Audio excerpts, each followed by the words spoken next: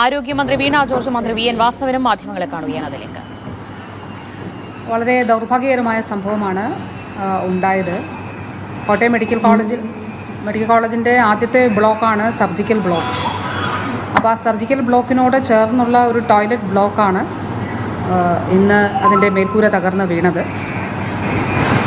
ആ സംഭവത്തിൽ ഒരാൾ മരണപ്പെട്ട സാഹചര്യം ഉണ്ടായി.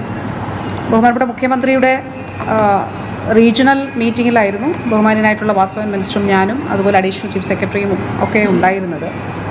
ഈ സംഭവം അറിഞ്ഞപ്പോൾ തന്നെ ഞങ്ങൾ ഇവിടേക്ക്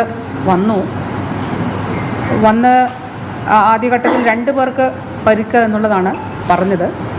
പിന്നീട് ഒരാളുടെ പരിക്കേറ്റ കുട്ടിയുടെ അമ്മ മിസ്സിംഗ് ആണ് എന്നുള്ളത് പറഞ്ഞത്. അപ്പോൾ എല്ലായിടത്തും അനൗൺസ് ചെയ്ത് പിന്നെ അമ്മ ഉണ്ട് എന്നുള്ളത് കണ്ടെത്തി, മിസ്സിംഗ് അല്ല എന്നുള്ളത് ഉറപ്പാക്കി. അപ്പോൾ ഞങ്ങൾ വന്ന ഉടനെ തന്നെ, അതായത് മിനിസ്റ്ററും ഞാനും വന്ന ഉടനെ തന്നെ ഞങ്ങൾ അവിടേക്ക് JCB എത്തിക്കുന്നതിന് വേണ്ടിയിട്ടുള്ള ശ്രമം നടത്തി. അപ്പോൾ അവിടെ JCB എത്തിച്ചു. അപ്പോൾ JCB അവിടേക്ക് കൊണ്ടുവരുന്നതിന് വേണ്ടിയിട്ട് പ്രയാസം ഉണ്ടായിരുന്നു. ഈ കെട്ടിടത്തിൻ്റെ ഉള്ളിലുള്ള ഒരു ഭാഗമായിരുന്നതുകൊണ്ട്, അതായത് ഒരു നടുമുറ്റം പോലെ ഒരു സ്പേസ് ആയിരുന്നു. ചുറ്റും കെട്ടിടങ്ങളാണല്ലോ ഉള്ളത്.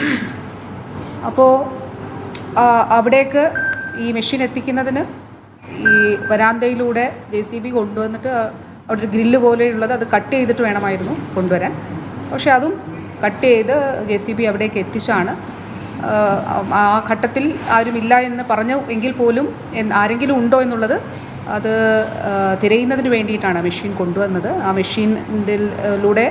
മെഷീൻ ഉപയോഗിച്ച് നടത്തിയ തിരച്ചിലാണ് കണ്ടെത്തിയത്. ഈ ബിൽഡിങ്ങുമായിട്ട് ബന്ധപ്പെട്ട് ഈ പറഞ്ഞതുപോലെ മെഡിക്കൽ കോളേജിൻ്റെ ആദ്യത്തെ ബ്ലോക്കാണ് ഇത്. അപ്പോൾ ഇതിൽ കാലപ്പഴക്കം കൊണ്ട് ഉപയോഗിക്കാൻ കഴിയാത്തൊരു സാഹചര്യം ഉണ്ട് എന്നുള്ളത് നേരത്തെ തന്നെ, അതായത് കുറേ വർഷങ്ങൾക്ക് മുമ്പ് 2013-12 കാലം മുതൽ തന്നെ ഇതിൻ്റെ റിപ്പോർട്ടുകളുണ്ടായി. പക്ഷേ ഇപ്പോൾ 2013-ലെയും 2012-ലെയൊക്കെ കത്തിടപാടുകൾ ഇതിൻ്റെ ഭാഗമായിട്ട് കാണുന്നുണ്ട്. PWD എൻജിനീയർമാർ ഇതിൻ്റെ ഭാഗമായിട്ട് ഇങ്ങനെ പ്രശ്നമുണ്ട്, സീലിംഗ് അടർന്ന് വീഴുന്നു എന്ന് പറഞ്ഞയച്ച കത്തുകൾ ഉണ്ട്. പക്ഷേ അന്നൊന്നും അതിനൊരു ഫണ്ട് വെച്ചിരുന്നില്ല. ഈ ഒരു ബിൽഡിങ് ഇത് മാറ്റുന്നതിന് വേണ്ടിയിട്ടോ പുതിയൊരു കെട്ടിടം നിർമ്മിക്കുന്നതിന് വേണ്ടിയിട്ടോ അതിൻ്റെ ഫണ്ട് വെച്ചിരുന്നില്ല. 2016-ൽ കഴിഞ്ഞ ഇടതുപക്ഷ സർക്കാർ ചുമതലയേൽക്കുമ്പോഴാണ് അന്ന് ഇവിടെ HDCയുടെ അംഗം കൂടിയായിരുന്ന ബഹുമാന്യനായിട്ടുള്ള ശ്രീ വി എൻ വാസവൻ മിനിസ്റ്റർ, ഇപ്പോഴത്തെ മിനിസ്റ്റർ, അദ്ദേഹം അതുപോലെ അന്നത്തെ ആരോഗ്യമന്ത്രി ശൈല ടീച്ചറുമൊക്കെ ചേർന്നിട്ട് ഈ ഒരു മെഡിക്കൽ കോളേജിൻ്റെ വികസനത്തിന് വേണ്ടി പ്രത്യേകിച്ചും ഈ ഒരു കെട്ടിടം അത് നിർമ്മിക്കുന്നതിന് വേണ്ടിയിട്ടുള്ള ആലോചന നടത്തിയത്. അതിൻ്റെ അടിസ്ഥാനത്തിലാണ് ഈ കെട്ടിടത്തിനും അതോടൊപ്പം മെഡിക്കൽ കോളേജിൻ്റെ വികസനത്തിനുമായിട്ട് 567 കോടി രൂപ കിഫ്ബിയിലൂടെ അനുവദിച്ചത്. പക്ഷേ പിന്നീട് കോവിഡ് മൂലം ആ നിർമ്മാണ പ്രവർത്തനം തുടങ്ങാനായിട്ട് കഴിഞ്ഞില്ല. 2021-22 കാലയളവിലാണ് ഈ കെട്ടിടത്തിൻ്റെ നിർമ്മാണം തുടങ്ങിയിട്ടുള്ളത്. അപ്പോൾ ഈ 2021-22 കാലയളവിൽ തുടങ്ങിയ കെട്ടിടം 8 നിലകളുള്ള ഒരു പുതിയ സർജിക്കൽ ബ്ലോക്ക് നമുക്ക് നിർമ്മിക്കാനായിട്ട് കഴിഞ്ഞിട്ടുണ്ട്.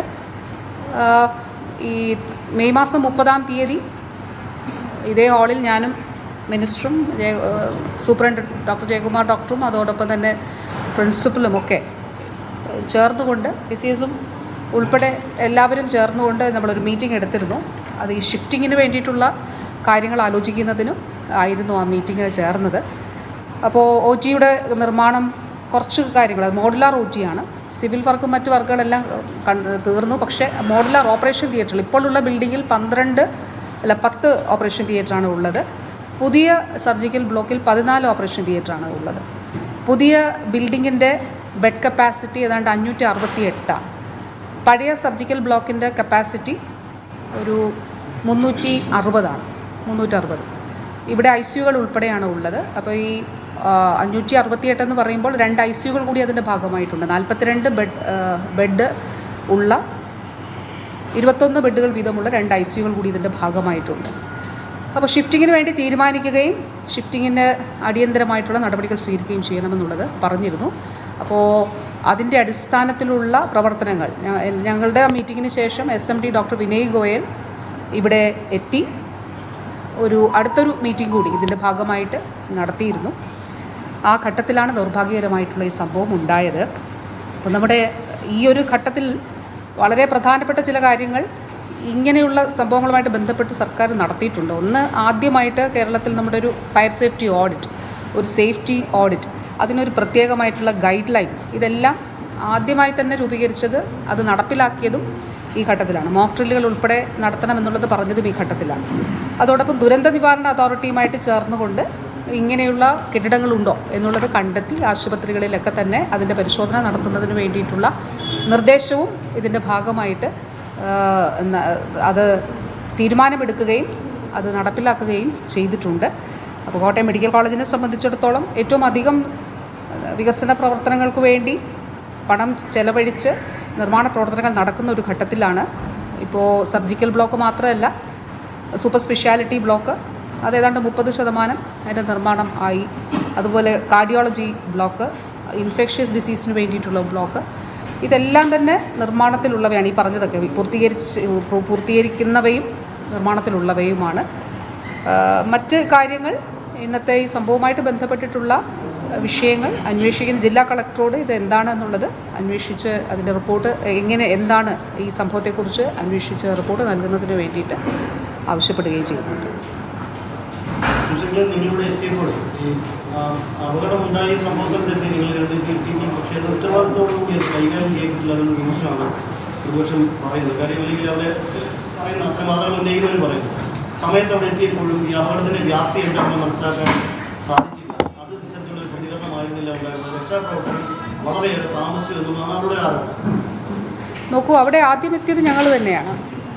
അവിടെ ഒരു ദുരന്തമുഖത്ത് നമ്മൾ ദുരന്ത നിവാരണത്തിൻ്റെ ഗൈഡ് ലൈൻ തന്നെ അനുസരിച്ചുകൊണ്ട് ഇപ്പോൾ ഞങ്ങളവിടെ നിൽക്കുമ്പോൾ അവിടെ മറ്റ് ഓഫീസേഴ്സ് ഉണ്ടാകും, പോലീസ് ഉണ്ടാകും. അവിടെ ഒരു ബഹളം ഉണ്ടാക്കി. അപ്പോൾ തന്നെ അവിടെ ഫയർഫോഴ്സിൻ്റെ ആളുകൾ, അഗ്നിശമന സേനാംഗങ്ങൾ അവിടെ ഉണ്ടായിരുന്നു. അപ്പോൾ അഗ്നിശമന സേനാംഗങ്ങളുമായിട്ട് അവിടെ നിന്ന് ആദ്യം എനിക്ക് മുൻപൊരു 10 മിനിറ്റ് മുമ്പ് വാസവ മിനിസ്റ്റർ എത്തിയിരുന്നു. അപ്പോൾ മിനിസ്റ്റർ ആദ്യഘട്ടത്തിലുള്ളൊരു ആലോചന ഫയർഫോഴ്സ് അംഗങ്ങളുമായിട്ട് നടത്തിയിരുന്നു.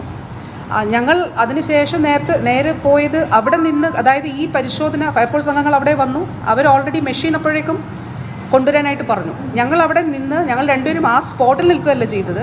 ഞങ്ങൾ തൊട്ടിപ്പുറത്ത് സൂപ്രണ്ടിൻ്റെ മുന്നിലിരുന്ന് ഇത് മുഴുവൻ കാര്യങ്ങളും അവിടെ എന്താണ് ചെയ്യേണ്ടത്, എത്ര പേരുണ്ട്, ഫയർഫോഴ്സിൻ്റെ എത്ര പേരുണ്ട്, അവിടെ മെഷീൻ എങ്ങനെയാണ് കൊണ്ടുവരിക, നിങ്ങളെല്ലാം അവിടെ പോയി കണ്ടല്ലോ. അപ്പോൾ ഈ ഒരു സ്പോട്ടിലേക്ക് മെഷീൻ എങ്ങനെയാണ് കൊണ്ടുവരുന്നത്, മെഷീൻ കൊണ്ടുവരണമെങ്കിൽ നമുക്ക് ഈ ബിൽഡിങ്ങിനകത്തൂടി മാത്രമേ കൊണ്ടുവരാനായിട്ട് കഴിയുള്ളൂ. അല്ല, ഇത് പണ്ടത്തെ അല്ലേ, 68 വർഷം മുമ്പത്തെ ബിൽഡിങ്ങിൽ നമ്മളിപ്പോൾ എങ്ങനെയാണ് അന്ന് ഇപ്പോൾ റോഡ് ഉണ്ടാകണമെന്ന് നമ്മൾ എങ്ങനെയാണ് പറയാൻ കഴിയുക? അതുകൊണ്ടാണ് ഞാൻ പറഞ്ഞത് 68 വർഷം എന്ന് പറയുമ്പോൾ ഈ മെഡിക്കൽ കോളേജ് തുടങ്ങുന്ന കാലഘട്ടത്തിലെ ബിൽഡിംഗ് അല്ലേ, അതിൽ നമ്മളെങ്ങനെ ഇപ്പോൾ റോഡ് നിർമ്മിക്കാനായിട്ട് കഴിയില്ല.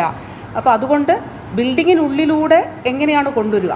ഇപ്പോൾ ഞങ്ങൾ രണ്ടുപേരും അവിടെ നിൽക്കുമ്പോൾ സ്വാഭാവികമായി നിങ്ങൾ അവിടെ ഉണ്ടായിരുന്നത് കണ്ടു. ആളുകൾ, ഓഫീസേഴ്സ് മുഴുവൻ, ഇപ്പോൾ ACSഉം ഒക്കെ ആ മീറ്റിങ്ങിലായിരുന്നു, ഓഫീസേഴ്സ് മുഴുവൻ അവിടേക്ക് വന്നു. ഒരു ദുരന്തം നടക്കുന്ന സ്ഥലത്ത് അങ്ങനെ ആളുകൾ വന്ന് കൂടി നിന്നിട്ടല്ല ചെയ്യേണ്ടത്. അപ്പോൾ ഫയർഫോഴ്സിനോട് കൃത്യമായി പറഞ്ഞു, നിങ്ങൾ എത്ര പേർ, ഞങ്ങൾ ഇങ്ങോട്ട് വരുമ്പോൾ നിങ്ങൾ കണ്ടു കാണും, ഫയർഫോഴ്സ് അംഗങ്ങൾ അങ്ങോട്ട് എത്തിക്കൊണ്ടിരിക്കുകയാണ്, ടീം അങ്ങോട്ട് വന്നുകൊണ്ടിരിക്കുകയാണ്. എന്നിട്ട് നിങ്ങൾ എത്ര പേർ ഇവിടെയുണ്ട്, അതിന് മെഷീൻ എങ്ങനെയാണ് ഇവിടെ എത്തിക്കുക? അപ്പോൾ അടുത്ത വിഷയം വന്ന് മെഷീൻ അകത്തൂടെ വന്നപ്പോൾ ഈ നമ്മളവിടെ ബോർഡുകളൊക്കെ വെച്ചിരുന്നിടത്ത് അവിടെ തട്ടുകയാണ്, വരാൻ കഴിയുന്നില്ല. അപ്പോൾ അത് കട്ട് ചെയ്തിട്ട് മെഷീൻ വന്ന് താമസം വിനാ തന്നെ അവിടെ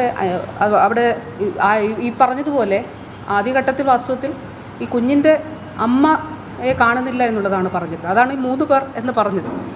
അപ്പോൾ ഈ കുഞ്ഞിൻ്റെ അമ്മയെ കാണുന്നില്ല എന്ന് പറഞ്ഞപ്പോൾ എല്ലായിടത്തും അനൗൺസ് ചെയ്തു. ഡോക്ടേഴ്സ് തന്നെയൊക്കെ എല്ലായിടത്തും വാർഡുകളിൽ മുഴുവൻ പോയി പരിശോധിച്ചു. അപ്പോൾ കുട്ടിയുടെ അമ്മ ഉണ്ടായിരുന്നു. പിന്നെ CT സ്കാൻ എടുക്കുമ്പോൾ കുട്ടിയുടെ അമ്മയും ആ കുഞ്ഞിൻ്റെ ഒപ്പം ഉണ്ടായിരുന്നു. അപ്പോൾ മറ്റൊരാളെക്കുറിച്ച് ആ സമയത്ത് അതുകൊണ്ടാണ് ഇവർ 2 പേർ എന്നുള്ളത് പറഞ്ഞത്. പക്ഷെ പിന്നീട് എന്നിരുന്നാലും 2 പേരെന്ന് പറഞ്ഞിട്ട് നമ്മൾ പിന്നീട് മാറ്റാമെന്നുള്ളതല്ലല്ലോ, കണ്ടിന്യൂസ് ആയിട്ട് ചെയ്യുവാണ് ചെയ്തത്. ഞങ്ങൾ അവിടെ നിന്നുകൊണ്ട് ഈ കാര്യങ്ങൾ സാധ്യമായത് തന്നെ എത്രയും പെട്ടെന്ന് തൊട്ടടുത്ത് നിന്ന് എത്തിക്കാൻ കഴിയുന്ന മെഷീൻ തന്നെ എത്തിച്ചുകൊണ്ട് അവിടെ ഞങ്ങൾ അവിടെ നിൽക്കുമ്പോൾ തന്നെയാണ് ഞങ്ങൾ